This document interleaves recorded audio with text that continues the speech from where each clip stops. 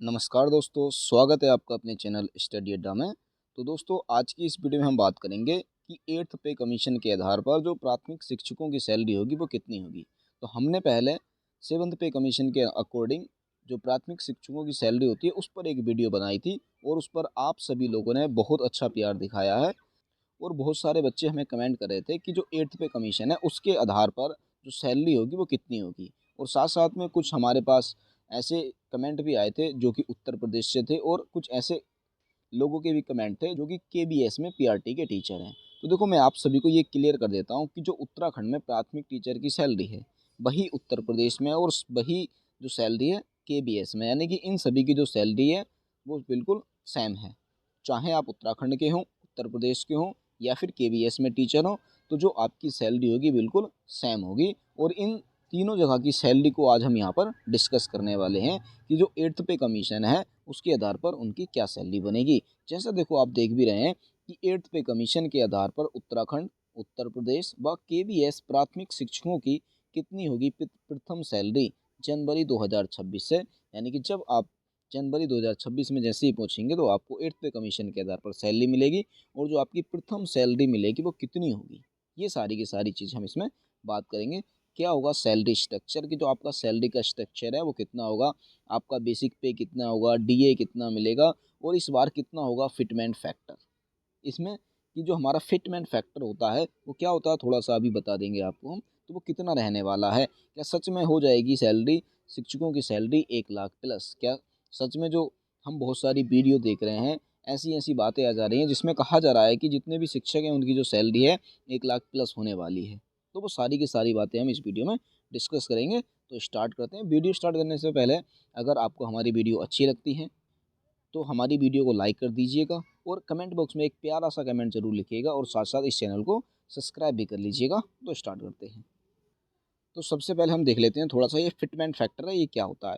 तो fitment factor एक multiplier है। फिटमेंट फैक्टर क्या है, एक मल्टीप्लायर है, यानी कि उसकी मल्टीप्लाई होती है, जो हमारी बेसिक पे होती है उसमें मल्टीप्लाई होती है, जिसका इस्तेमाल वेतन आयोग के कार्यान्वयन के दौरान मूल वेतन को रिवाइज करने के लिए किया जाता है। कि जो वेतन आयोग होता है उसके कार्य की जो प्रोसेस होती है, पूरा कार्यान्वयन होता है, उसके दौरान जो मूल वेतन होता है उसको रिवाइज करने के लिए किया जाता है। ये मुद्रास्फीति और पिछले भत्तों खासकर डीए को शामिल करके सभी वेतनमानों में एक समान बढ़ोतरी सुनिश्चित करता है। जैसा कि आप देखते हैं कि जो हमारा डीए होता है वो हर 6 महीने में बढ़ता रहता है। अब वो डीए भाई 100% तो पहुंच नहीं सकता, तो जैसे ही जब 50% से ऊपर पहुंचता है तब तब क्या होता है, एक नया कमीशन का गठन होता है, यानी कि जो बढ़ोतरी है उसको निश्चित किया जा सके, एक सुनिश्चित किया जा सके। यही हमारा फिटमेंट फैक्टर होता है। बाकी अगर आपको इसके बारे में पूरी डिटेल जानकारी पढ़नी है तो आप विकिपीडिया पे जाकर इसको पढ़ सकते हैं। थोड़ा सा और देखते हैं कितना हो सकता है फिटमेंट फैक्टर, कि इस बार जो फिटमेंट फैक्टर होने वाला है वो कितना होगा, ये हम देख लेते हैं। वहीं कुछ जानकारों का मानना है कि 8वां वेतन आयोग लागू होने के बाद केंद्रीय कर्मचारियों और पेंशन भोगियों के मासिक वेतन में 40 से 50% तक इजाफा हो सकता है, कि जो उनकी सैलरी है लगभग 40 से 50% बढ़ सकती है। इसके लिए नया वेतन आयोग 1.86 से 2.86 के बीच फिटमेंट फैक्टर रख सकता है। कि देखिए, जो बहुत सारे एक्सपर्ट लोग हैं वो क्या बोल रहे हैं कि इस बार जो फिटमेंट फैक्टर होगा वो लगभग 1.86, 1.92, 1.2 और 2.86 तक रह सकता है। परंतु देखो, अब ये कोई फिक्स तो हुआ नहीं है क्योंकि आयोग ने अभी जारी तो किया नहीं है, तो भाई ये कितना भी रह सकता है। ये 1.86 भी रह सकता है या फिर 1.92 भी रह सकता है या फिर 2.86 भी रह सकता है, कुछ भी रह सकता है। सिर्फ ये अभी अनुमान लगा सकते हैं। जब तक आयोग इसको जारी नहीं कर देता तब तक कोई भी एग्जैक्ट इसको नहीं बता सकता। तो हम एक नॉर्मली मान के लेके चलते हैं। हमने मान लिया कि जो इस बार फिटमेंट फैक्टर होगा ना तो ज़्यादा कम होगा ना ज़्यादा बहुत ज़्यादा होगा, तो हम 1.92 इसको मान लेते हैं और 1.92 फिटमेंट फैक्टर के अकॉर्डिंग ही हम आपको इस वीडियो में सैलरी बताएंगे कि कितनी हो जाएगी। अभी देखो, जब हमने पहले आपको 7th पे के अकॉर्डिंग सैलरी बताई थी तो उसमें आपने देखा होगा कि जो 7th पे होता है इसके अकॉर्डिंग जो हमारा बेसिक पे होता है वो होता है 35,400। डीए 53% चल रहा था और ये हर 6 महीने में बढ़ता चला जाता है, यानी कि अब लगभग 55% हो जाएगा। और ये 18,772 था हमारा। एचआरए मिलता है हमें 2850, हिल अलाउंस मिलते हैं हमें 420। और इस तरह से हमारी जो ग्रोस सैलरी हो जाती है वो हो जाती है 57,432 रुपये। ये हमने आपको 7th पे कमीशन के अकॉर्डिंग पहले ही बता दिया था। अब थोड़ा हम देखेंगे जो 8th पे कमीशन है इसके अकॉर्डिंग हमारी क्या सैलरी होगी। तो देखो यहाँ पर बेसिक पे था हमारा 35,400, यहाँ पर जो हमने फिटमेंट फैक्टर लगाया 1.92 लगाया, तो ये 35,400 की मल्टीप्लाई जब 1.92 से करेंगे तो आपकी जो सैलरी आ जाएगी 67,968, यानी कि 67,968 रुपये। और ये अप्रोक्सीमेट जो आपकी सैलरी बनेगी लगभग 68,000 के आसपास बनेगी बेसिक पे में। यानी कि ये जो होता है ना, इसको पूरा फिटमेंट मतलब एक गुणांक में या पूर्णांक में ले लिया जाता है इस सैलरी को। जैसे यहाँ पर 35,400 है, ये पूरा पूर्णांक में लिया हुआ, इसी तरह से ये भी 67,968 है, तो इसको लगभग 68,000 बना दिया जाएगा। ठीक हो गया।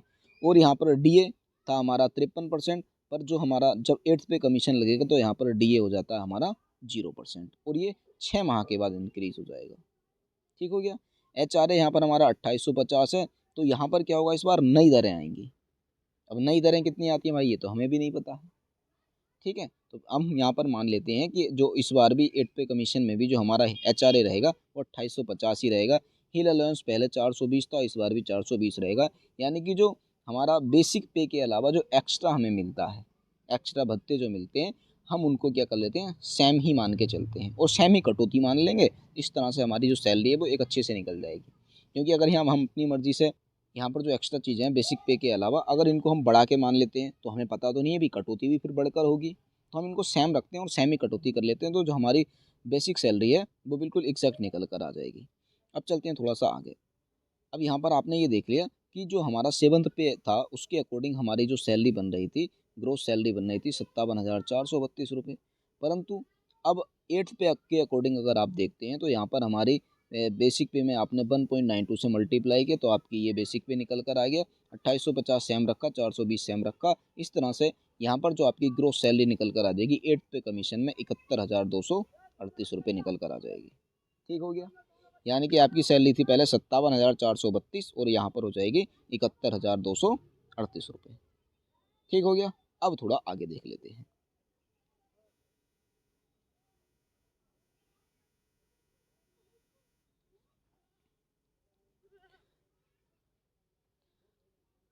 आगे हम देखते हैं थोड़ा सा कटौतियों के बारे में कि 7th पे में हमने आपको कुछ डिडक्शन बताए थे, कुछ कटौतियां बताई थी कि जो हमारा एनपीएस होता है वो 5416 कटता है और ये इतना सरकार हमें देती है, इस तरह से टोटल एनपीएस इतना कटता है, पर जो सैलरी में से कटता है वो होता है हमारा 5416 रुपये। 8th पे में भी हमने मान लिया कि जो हमारा कटा है वो 5416 ही कटा है, क्योंकि जितने हमने एक्स्ट्रा जो हम अलाउंस मिल रहे थे बेसिक पे के अलावा वो हमने सारे सेम रखे हैं, तो यहाँ पर हमने कटौती भी सेम रखी है।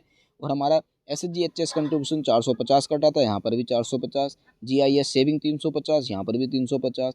GIS इंश्योरेंस 350, यहाँ पर भी 350। तो यहाँ पर टोटल हमारे ग्रोस सैलरी में से कट रहे थे 6,566 रुपये, यहाँ पर भी कटेंगे 6,566 रुपये।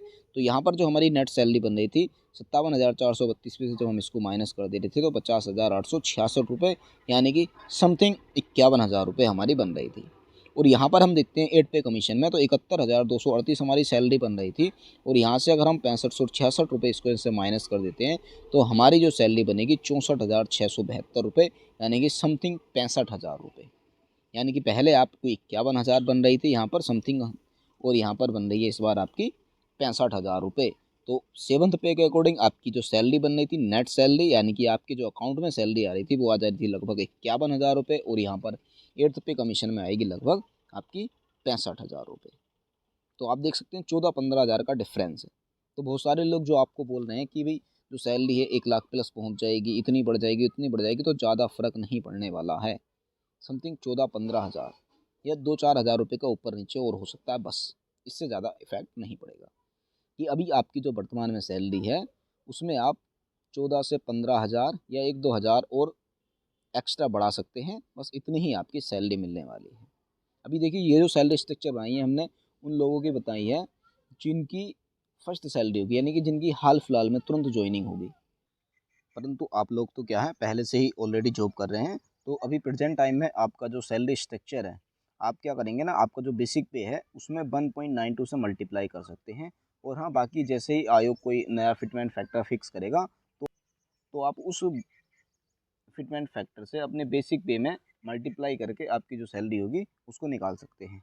तो जैसा कि हमने 7th पे कमीशन में आपको बता दिया था कि जो हमारा डिडक्शन होता है उसमें एनपीएस होता है, एसजीएचएस होता है, जीआईएस सेविंग होता है और जीआईएस इंश्योरेंस होता है, और ये सारा का सारा हमारा 6566 होता है। और हमने क्या 8 पे कमीशन में भी सेम सेम रखा है, क्योंकि देखो हमने ना तो यहाँ पर जो हमारे पास एक्स्ट्रा भत्ते मिल रहे थे, ना तो हमने उनको इंक्रीज़ किया है और ना ही हमने कटौती को इंक्रीज़ किया है, क्योंकि ये भी फिक्स नहीं है, तो एक अनुमानित ही इसको कहा जा सकता है। इसीलिए हमने सभी को सेम रखा है, ताकि हमारा जो सैलरी है वो अच्छे से निकल सके। ठीक है, तो नेट सैलरी आपकी 7 पे के अकॉर्डिंग, जो 7 पे के अकॉर्डिंग निकल रही थी, वो निकल रही थी 50,866, यानी कि समथिंग 51,000 रुपये, और यहाँ पर निकल रही है आपकी समथिंग 65,000 रुपये। तो आप देख सकते हैं कि लगभग 14 से 15,000 का अंतर दोनों में देखने को मिल रहा है। तो ठीक है, फिर 8 पे कमीशन से संबंधित हमारे जितने भी डाउट थे वो सारे के सारे हमने इस वीडियो में डिस्कस कर लिए हैं। तो आप सभी को पता चल गया होगा कि हमारा जो बेसिक पे है, डीए है, वो कितना रहने वाला है, और जो हमारा डीए होता है ना, ये 6 मंथ में इंक्रीज़ होता रहता है। तो जैसे ही आपको जब जनवरी से लगेगी, तो जैसे ही आपका वही जून जुलाई आएगा, तो आपकी जो सैलरी है वो बहुत अधिक बढ़ने वाली है, और ये जो सैलरी है हो सकता है कुछ दिनों में लाख के आसपास भी पहुंच ही जाएगी, पर तुरंत आपकी नहीं पहुंचेगी। तो बाकी अगर किसी को इससे संबंधित कोई और डाउट भी बचता है तो वो कमेंट बॉक्स में हमसे पूछ सकता है, उसको वहाँ पर उसका रिप्लाई दे दिया जाएगा।